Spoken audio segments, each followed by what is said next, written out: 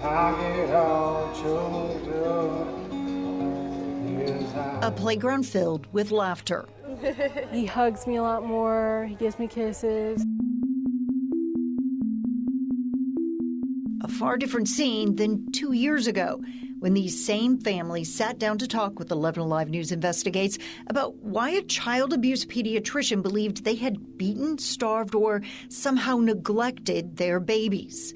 We kept asking and pushing for more follow-up x-rays, and they wouldn't do it anymore. But on this sunny day, all of those families were reunited. The charges dropped. We, the jury, find Brady Lee Timms not guilty. Families found not guilty, or their time in prison over. For Terrelyn and Tyler, the sentence was 18 months. They both maintained their innocence. Many had been advocating for themselves for months. Please listen to what I have to say. I didn't hurt my baby. After 11 Alive's Help That Harms series exposed how one doctor's opinion could tear families apart, the legislature passed a new law to give families the right to a second medical opinion. But now they say what we need is accountability. The commissioner over the Department of Family and Children's Services sent out this policy memo telling her staff to make sure they were treating the doctor's diagnosis as an opinion, not the only opinion. Hopefully staff will see that if I personally am willing to put my name on the line, my reputation, my credibility in the courtroom, and advocate for that they can too. They can safely do it. To help caseworkers, DFACS asked doctors like those at Children's to fill out a form assuring they had reviewed all of the child's previous medical records to rule out other causes before diagnosing the injuries as abuse.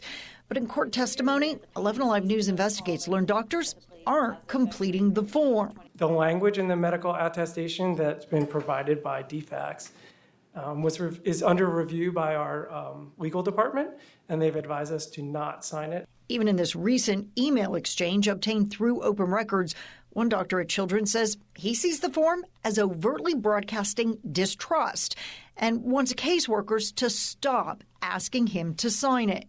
The law doesn't even really specify who has the responsibility for telling a parent that they have the right to a second medical opinion. I spoke with one mom accused in August after the law went into effect. She says no one told her. Not DFACS, not doctors, not social workers, not even the public defender assigned to her case seemed aware.